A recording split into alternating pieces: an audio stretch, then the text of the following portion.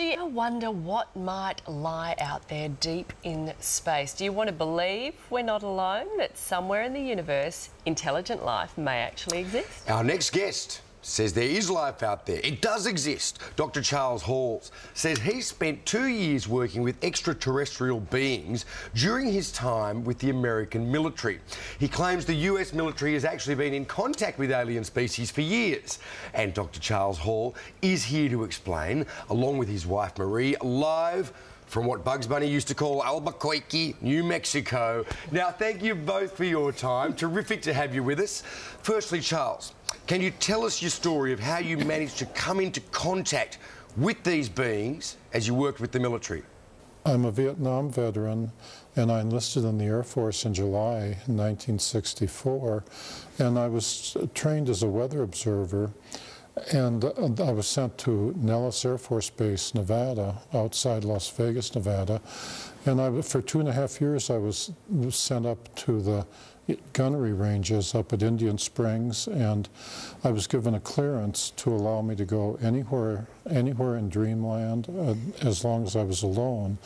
I discovered that up there at the north end of Indian Springs Valley, which you can see on the map in the state of Nevada here in America, that there was a base which the U.S. Air Force maintained for a group of extraterrestrials who were tall and white.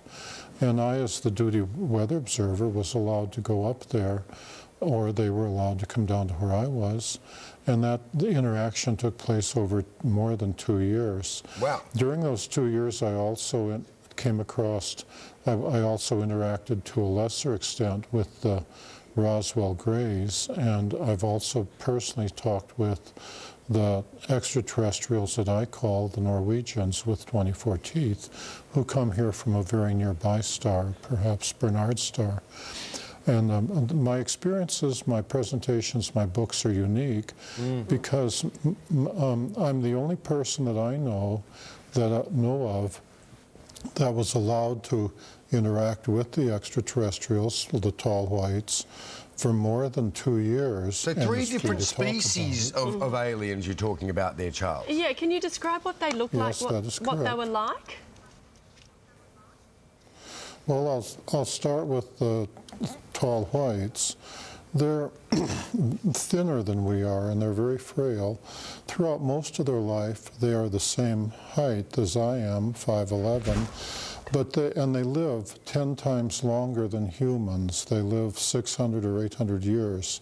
Wow. But they don't age the way we do. When they get to be equivalent to a human of about 40 years, that means when they're about 400 years, they start growing again instead of aging as humans. Right. And then they go, and this continues, and so that by the time they get to be 600 or 800 years old, they're very tall, 8.5, 9, or 10 feet tall.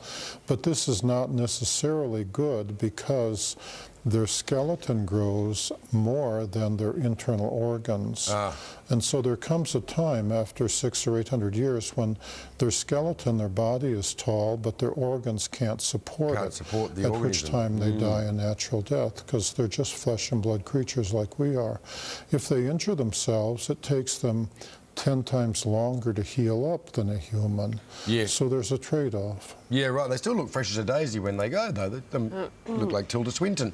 Hey, just quickly, you had them there. You were working with the aliens on any particular project, or was the military working with the aliens on a particular project? Was there, I don't know, technology sharing or, you know, botanical cross-fertilisation? The U.S. Air Force, and I'm speaking of the mid-1960s, was willing to give them anything they asked for. When I first met them, I was very afraid of them, and every human I met when you come across them out in the desert was naturally very afraid of them, and they were even more afraid of us. It's like running into a gorilla in the wild where the gorilla is on his home ground. So they had to go through a process of becoming used to being around humans before they could take part in the technology transfer program. I, as the weather observer, was the test human.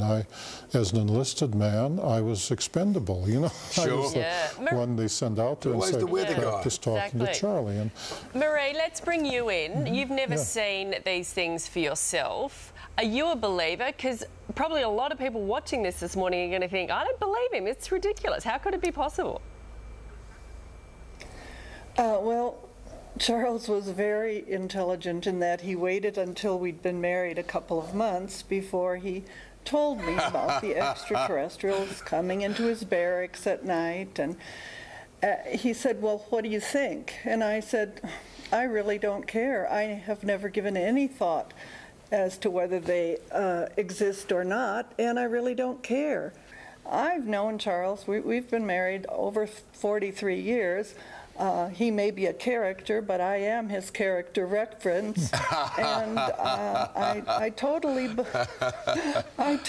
believe that this is real. Furthermore, we have had confirmations from people all over the world. We have never had any serious tire kickers, you know, people who say, well... Well, certainly there seems to be a lot of people, around the world who would support your view on this, who seem to have had their own experiences, but probably not quite as intimately as you. Now, unfortunately, we are going to have to leave it there, Charles and Marie, because we're about to lose our satellite, but you're coming to Australia next week to give a series of talks, and we can't wait to see you. Yeah. And all the details of your tour will be on our website, so those interested in the life beyond will no doubt be there. Thank you. Good one. Yeah, quite a couple. Well, yeah, I don't know. Did you know, I mean, if you read through the briefing notes on that, some of those aliens left the military base and they went to a show in Las Vegas.